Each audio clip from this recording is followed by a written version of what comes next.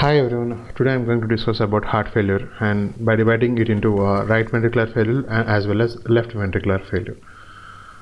It can also be divided based on the ejection fraction, heart failure with preserved ejection fraction, heart failure with reduced ejection fraction.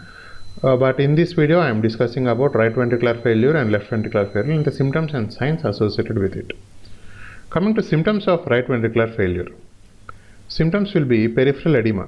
Patients will present with swelling of their feet, maybe sometimes face also. Peripheral edema may be one of the symptoms with which the patients will present, and abdominal distensions which is known as ascites. And because of pleural effusions, patient presents with SOB. SOB means shortness of breath. Mainly, cor pulmonale is one of the cause of right heart failure, and they will also present with right upper quadrant pain because of some congestive hepatopathy. Coming to symptoms of left ventricle, here also a patient presents with breathlessness.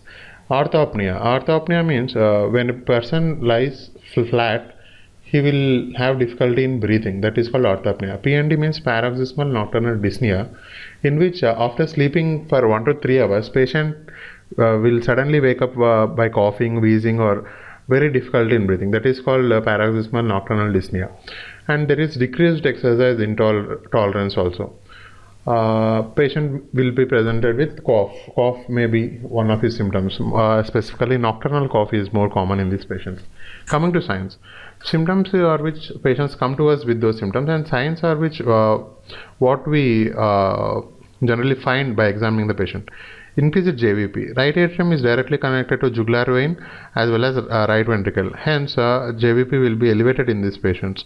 Edema, ascites means that is abdominal distension, and hepatomegaly, pleural effusions. These are some signs of right ventricular failure. And coming to left ventricular failure signs, the patient will be having tachycardia, gallop rhythms, S3 can be heard in these patients. And he will also have, while auscultation, some crepitations or rales will be present in these patients. Patient will have tachypnea and cold clammy peripherals can be seen in these patients. As well as patient may present with shock and cyanosis. These are the symptoms and signs of heart failure.